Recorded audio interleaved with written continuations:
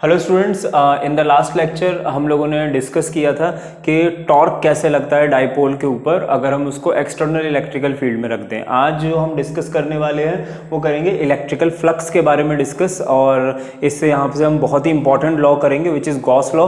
और उसके बाद हमारा जो चैप्टर है इलेक्ट्रिकल फील्ड ये कंप्लीट हो जाएगा एंड इसके बहुत सारे न्यूमेरिकल्स हम उन सबको कलेक्टिवली डिस्कस करेंगे because most of the numericals में जो कॉन्सेप्ट है वो इंटरमिक्स होते हैं, तो that will be helpful to you. ठीक है, and then we will move to next chapter. तो आज का काम स्टार्ट करते हैं इलेक्ट्रिकल फ्लक्स। तो बिल्कुल ही एकदम ये फ्रेश टॉपिक है, इसका पीछे से ज़्यादा कनेक्शन नहीं है, तो इसको एक तरह से इंडिविजुअल टॉपिक मानिए। और इस टॉपिक की स्टार्टिंग आज होगी एरिया वेक्टर के साथ। एरिया वेक्टर, अब एरिया वेक्टर क्या है? तो देखो अभी तक हम लोगों को एक जनरल सा आइडिया रहता है कि area is not a vector. ठीक है ना, अगर हम 10th क्लास की बात करें तो हमारे लिए एरिया बिल्कुल भी वेक्टर नहीं था। 11th क्लास में भी कहीं कॉन्सेप्ट पे हम लोगों ने एरिया को स्केलर लिया है और कहीं पे वेक्टर लिया है। यहाँ पर आज हम लोग एरिया वेक्टर का डिस्कशन करेंगे। Area means length into breadth, है ना, वही एरिया हमारा सरफेस एरिया और किसी भी तरह का एरिया है। Areas are basically vectors, they can be represented as a vector. For example आप इस तरह से सोचो कि आपके पास एक प्लॉट है, ठीक है ना। अब एज सच तो उसकी कोई डायरेक्शन होती नहीं है ना। हम ये नहीं कह सकते कि मेरा जो प्लॉट है उसकी डायरेक्शन क्या होगी, सोचने में थोड़ा सा जोर लगता है कि क्या हो सकती है उसकी डायरेक्शन। ठीक है, लेकिन स्टिल हम लोग एरिया के साथ एक डायरेक्शन एसोसिएट कर सकते हैं। किस तरह से कर सकते हैं? सपोज करिए मैं 200 गज के प्लॉट के ऊपर खड़ा हूँ, ठीक है। अब देखो उसमें एक डायरेक्शन का सेंस आ गया ना, ठीक है।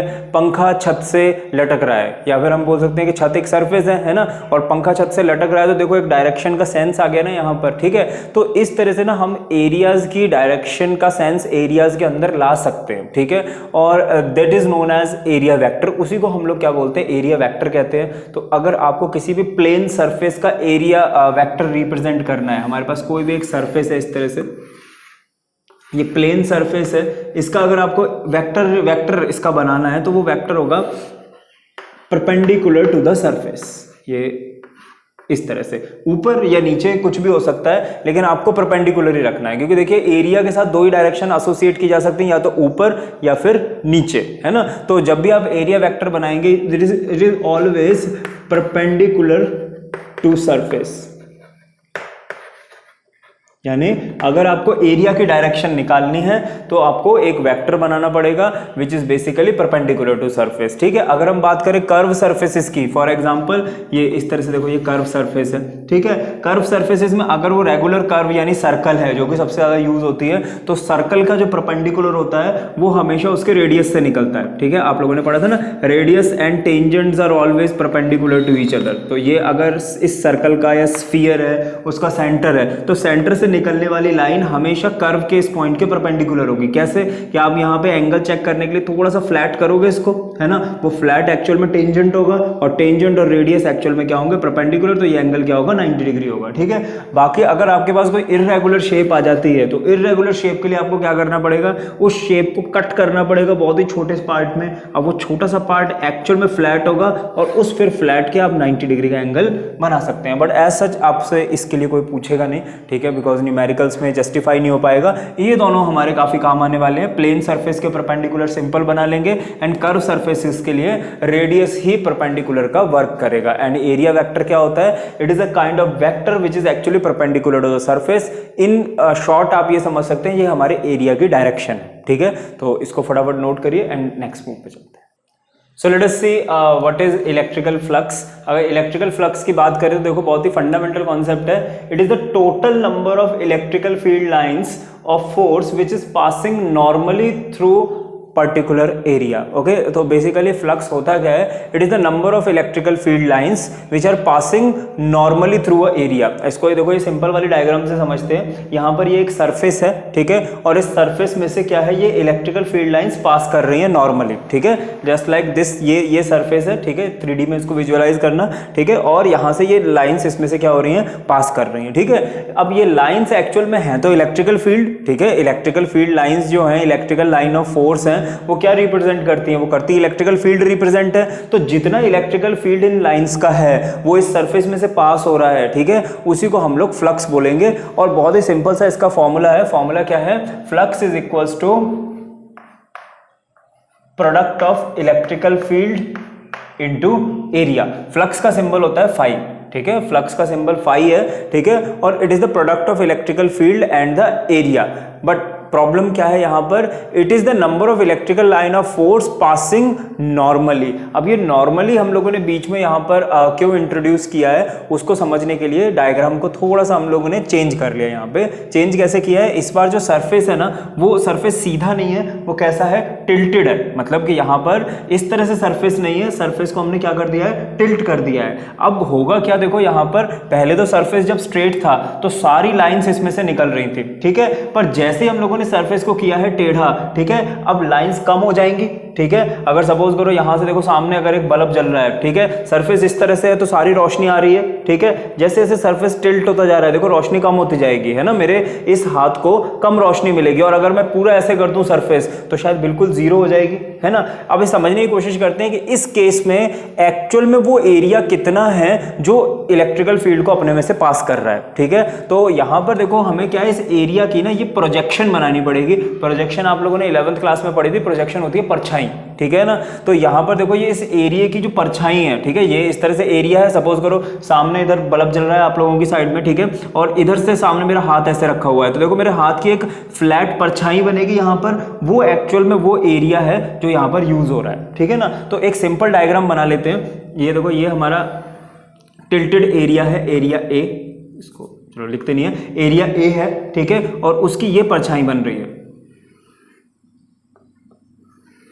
इस तरह से, ठीक है। अब एक्चुअल में तो ये परछाई ही हम यूज कर रहे हैं, इसी में से इलेक्ट्रिकल फील्ड जितना निकलेगा निकलेगा, ठीक है ना। तो अब ये मान लेते हैं ये हमारा हो गया एरिया वेक्टर एन कैप, ठीक है, n cap area vector. Cap हम लोग इसलिए लगाते हैं क्योंकि ये सिर्फ डायरेक्शन है, इसमें कोई वैल्यू नहीं है, ठीक है। एन मतलब आप नॉर्मल से समझ सकते हैं, ठीक है ना। और यहाँ पे ये हमारा इलेक्ट्रिकल फील्ड है, सपोज करिए ये हमारा इलेक्ट्रिकल फील्ड है, दोनों के बीच में एंगल बन रहा है थीटा, ठीक है। अब लेट अस सी के यहाँ पर ये वाली साइड क्या होगी, ठीक है। अब साइड निकालने के लिए थोड़ा एंगल का कॉन्सेप्ट समझना पड़ेगा। ये एंगल थीटा है तो देखो ये एंगल भी थीटा होगा, ठीक है। ये एंगल थीटा है तो ये वाला एंगल कितना होगा, 90 माइनस थीटा, ठीक है। और ये 90 माइनस थीटा है तो ये वाला क्या हो जाएगा, थीटा। अब लोग ज्योमेट्री से बड़े आराम से ये बात फाइंड आउट कर सकते हो, this angle will be theta. अब देखो ये वाली साइड अगर ए है, दिस एरिया इज ए, ठीक है, तो ये वाला एरिया, ये वाली साइड क्या होगी, ए cos theta.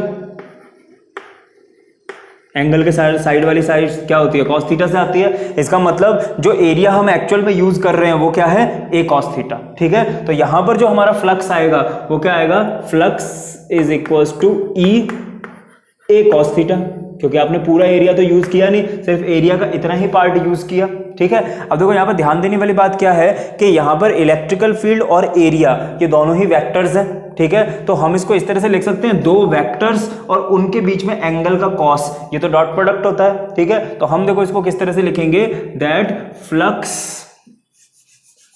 Flux is equals to electrical field vector dot product with area vector, ठीक है। तो फॉर्मूले को थोड़ा सा इंप्रोवाइज करेंगे और फॉर्मूला क्या बन जाएगा, electrical field vector dot product with area vector. और अब ये फॉर्मूला हर तरह के सरफेस के लिए, हर तरह सरफेस मतलब किसी भी एंगल पर सरफेस हो उनके लिए क्या रहेगा, वैलिड रहेगा, ठीक है। अगर आपको ये प्रोजेक्शन नहीं समझ में आया तो देखो इसको समझने का एक और बहुत ईजी तरीका है। सपोज करो कि मेरे पास ये अगेन एरिया टेढ़ा है, ठीक है, और ये एरिया वेक्टर है इस तरह से एन कैप, ठीक है, और ये हमारा इलेक्ट्रिकल फील्ड है, ठीक है। अब ये एंगल थीटा है। तो बेसिकली काम करते हैं, एरिया के कंपोनेंट्स ना ब्रेक करके इलेक्ट्रिकल फील्ड के ब्रेक कर लेते हैं। तो देखो जब इलेक्ट्रिकल फील्ड के कंपोनेंट्स ब्रेक करेंगे तो इलेक्ट्रिकल फील्ड के कंपोनेंट्स क्या आएंगे, एंगल के साथ वाला कंपोनेंट क्या होता है, कॉस थीटा। तो इधर क्या आ जाएगा,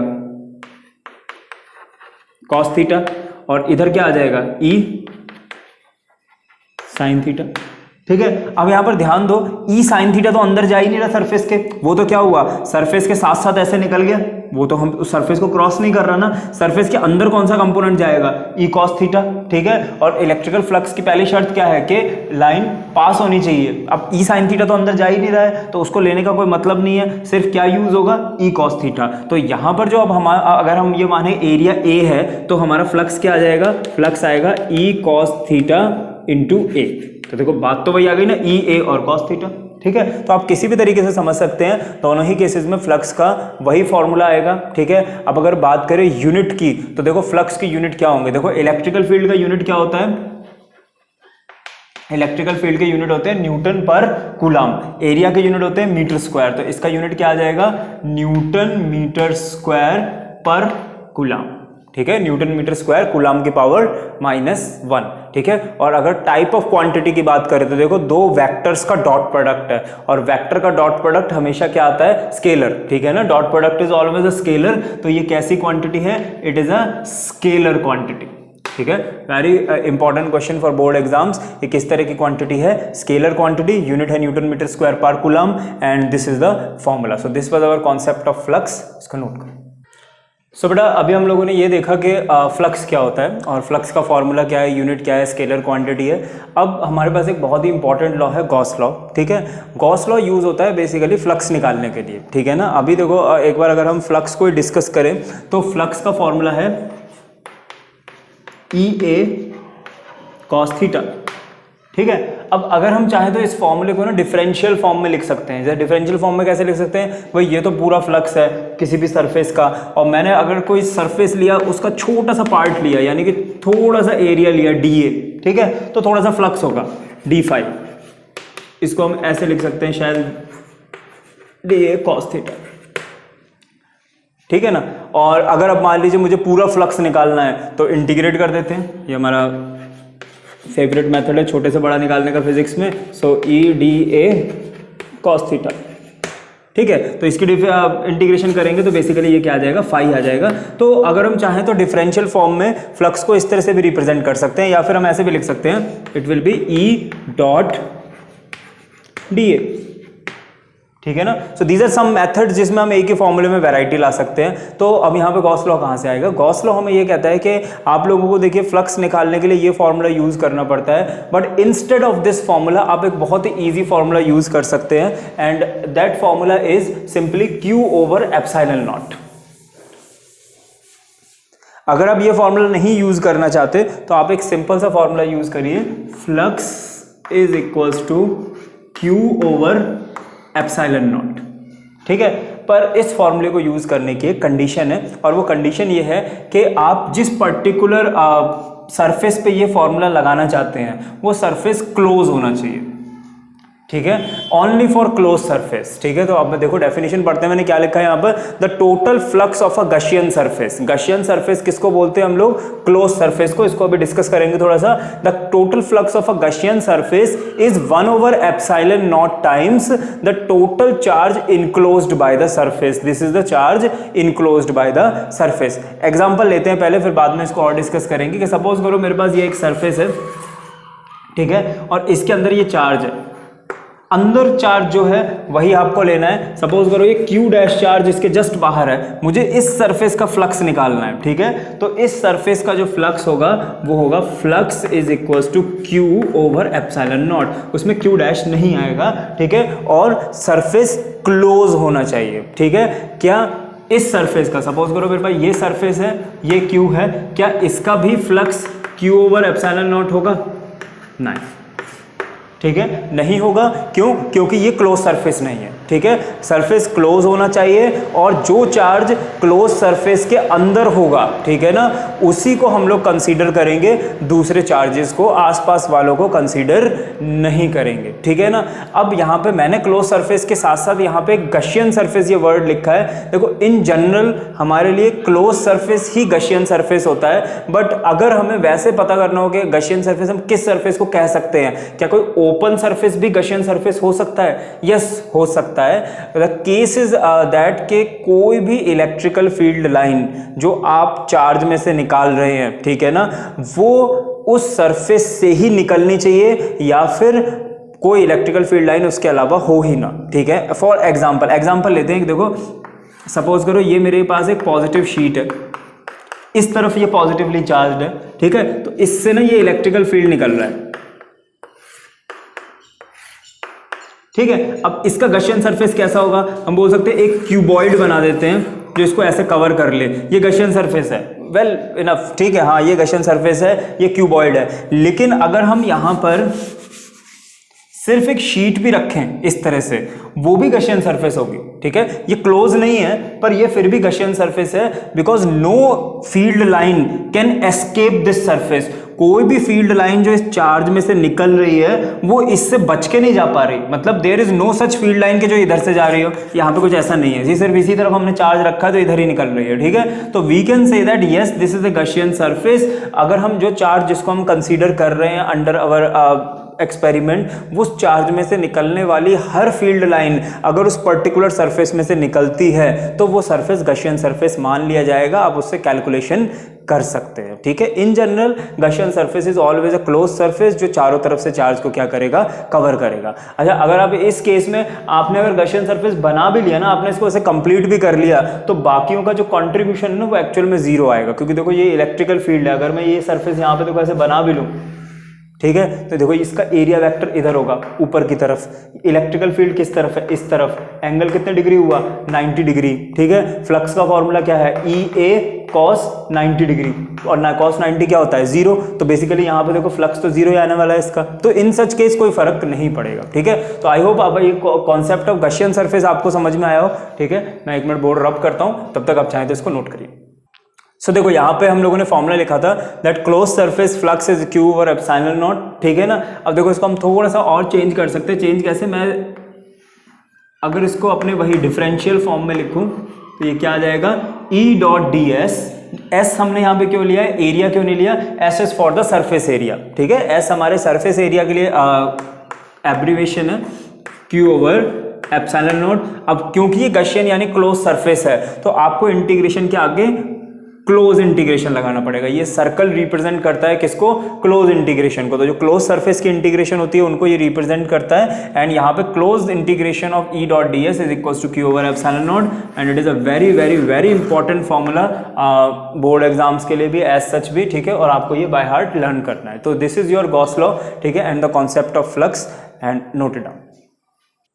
सो let us do the proof of this Gauss law. कि गॉस लॉ कैसे आता है, तो इसका देखिए हमारे पास इन जनरल कोई स्पेसिफिक प्रूफ नहीं है, हम कोई भी एक एलिमेंट्री केस पकड़ के उसको प्रूफ करेंगे यहाँ पर। तो मैं यहाँ पर एक पॉइंट चार्ज लूँगा, ठीक है ना, और सपोज करिए मेरे पास यहाँ पर एक पॉइंट चार्ज है जिसकी वैल्यू है क्यू, ठीक है। अब यहाँ पर चार्जेस के लिए गशियन सरफेस आपको खुद बनाना है, ठीक है, अनलेस वो दिया हो किसी न्यूमेरिकल प्रॉब्लम में तो अलग बात है, अदरवाइज गशियन सरफेस हमें अपनी इंट्यूशन से खुद बनाना है। तो मुझे यहाँ पे सबसे बेस्ट गशियन सरफेस लग रहा है स्फीयर, बिकॉज वो चार्ज को हर तरफ से कवर अप कर लेगा। तो हम लोगों ने यहाँ पे एक स्फीयर बना दिया, ठीक है। तो ये स्फीयर हमारा क्या हो गया, गशियन सरफेस हो गया। लेट अस सपोज दैट कि स्फीयर का जो रेडियस है वो कैपिटल आर है, ठीक है, कैपिटल नहीं, चलो स्मॉल आर मान लेते हैं, ठीक है, ये इसका रेडियस है, ठीक है। अब देखिए ये स्फीयर है ना, हम ये मान लेते हैं sphere positively charged, positively charged, sorry, I got into wrong proof.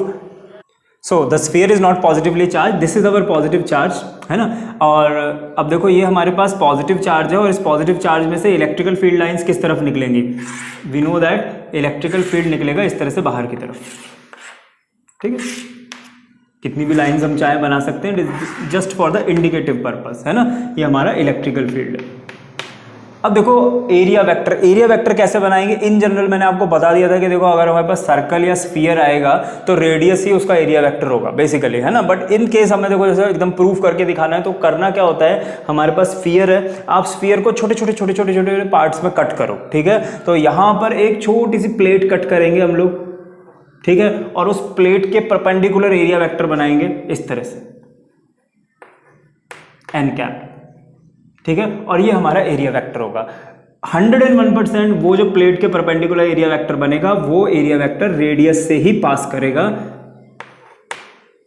ठीक है। तो यहां पर जो हमारा एरिया वेक्टर है और इलेक्ट्रिकल फील्ड है उनका जो पॉइंट ऑफ ओरिजिन है वो ये चार्ज ही है, ठीक है ना, क्योंकि चार्ज भी सेंटर पर है और एरिया वेक्टर भी सेंटर से निकलेगा। तो बेसिकली ये दोनों एंगल कितने डिग्री बनाएंगे, 0 डिग्री, यानी यहाँ पर हमारा जो एरिया वेक्टर है वो हर पॉइंट पर इलेक्ट्रिकल फील्ड के क्या होगा, पैरेलल होगा, ठीक है। अब आ जाते हैं हम लोग अपने गॉस लॉ की तरफ। तो गॉस लॉ क्या है, close integration E dot D S is equals to Q over epsilon naught, ठीक है। इसमें से हम लोग लेफ्ट हैंड साइड ले लेते हैं, take left hand side, left hand side को सॉल्व करते हैं। तो देखो बेटा हम लोग को electrical field of a point charge ये तो पहले से याद है, what is the electrical field of point charge, E is equals to 1/4 pi epsilon naught Q upon R square, ठीक है ना। आर हमने क्यों लिया, क्योंकि हमें इस पॉइंट पे ही इलेक्ट्रिकल फील्ड निकालना है जिस पॉइंट पे से गॉसियन सरफेस मूव ऑन कर रहा है, ठीक है ना। तो ये हम लोगों ने आर रेडियस ले लिया यहाँ पे, ठीक है। दूसरी इंपॉर्टेंट बात कि हमारे पास जो क्लोज इंटीग्रेशन ऑफ ds वो कितना आएगा, देखिए स्फीयर का सरफेस एरिया हम लोगों को पहले से याद है, वो होता है 4 पाई आर स्क्वायर, ठीक है। तो यहाँ पे ये दोनों ही चीजें हमें पता है। अब इसको सॉल्व करते हैं। देखो electrical field is a constant quantity, और डॉट जब हम यहाँ पर सॉल्व करेंगे तो क्या आ जाएगा, इसको स्टेप बाय स्टेप कर लेते हैं। ई डी एस और यहाँ पे आएगा कॉस ऑफ 0 डिग्री सबसे पहले तो, ठीक है। सो यहाँ पे ये हमारे पास आ जाएगा E D S cos of 0 degree. इसको फर्दर अगर हम सॉल्व करेंगे, ठीक है, इसको बॉक्स में कर देते हैं, देखिए हमारा स्टेप नहीं है, ठीक है। इसको फर्दर अगर आगे सॉल्व करेंगे तो E is a constant quantity, ये बाहर आ जाएगी, ठीक है, और ds यहाँ पर अंदर रह जाएगा। इसको फर्दर सॉल्व करेंगे तो देखिए E की वैल्यू हम यहाँ पे पुट कर सकते हैं 1 upon 4 pi epsilon naught Q upon R square, और ds क्या है हमारे पास 4 पाई आर स्क्वायर। सो 4 पाई से 4 pi and R square cancel out हो गया, क्या बचा Q over epsilon naught. So right hand side is equals to left hand side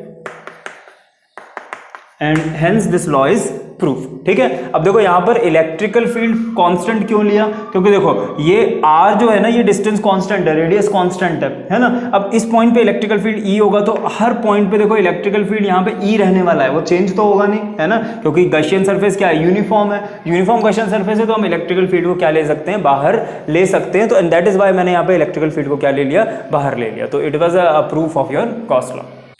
so the next article जो हम यहाँ पे करके देखेंगे वो है Coulomb's law from the Gauss law, ठीक है। एक्चुअल में हम यहाँ पे ये प्रूव करेंगे कि कूलम्स लॉ को भी गॉस लॉ के अंडर डिराइव किया जा सकता है। And again for the simplicity हम ये भी किसके लिए करेंगे, पॉइंट चार्ज के लिए करेंगे। तो अगेन हम यहाँ पर देखो एक पॉइंट चार्ज लेंगे Q which is again a positive charge, उसके चारों तरफ सेम गॉसियन सरफेस बनाएंगे, मानेंगे इसका रेडियस r है, ठीक है, और सेम वही इलेक्ट्रिकल फील्ड हमारा इस डायरेक्शन में होगा एंड साथ के साथ एरिया वेक्टर भी उसके पैरेलल होगा, बिल्कुल एग्जैक्टली सेम प्रीवियस केस, ठीक है।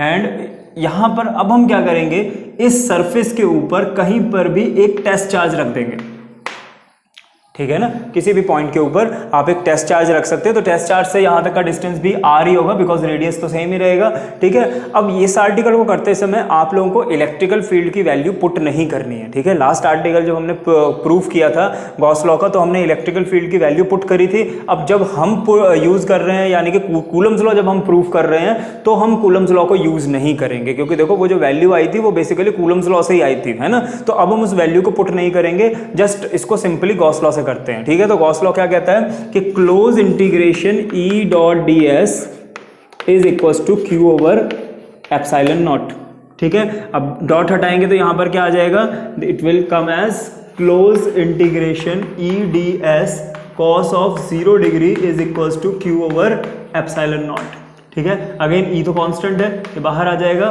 क्या आ जाएगा, close integration ds is equals to Q over epsilon naught. ds की इंटीग्रेशन क्या आएगी, surface area of the sphere is 4 pi r square Q over epsilon naught and E is equals to 1 upon 4 pi epsilon naught Q over R square. तो देखो ये वही formula फिर से हमने जनरेट कर लिया।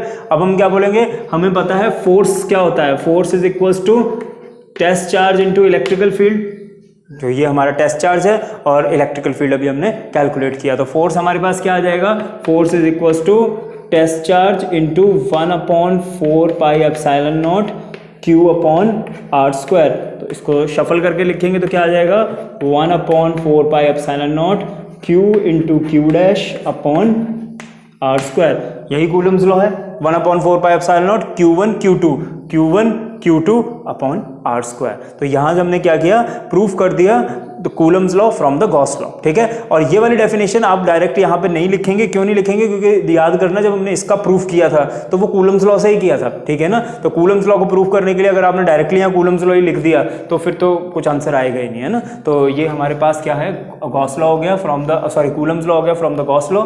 और आज के लिए बस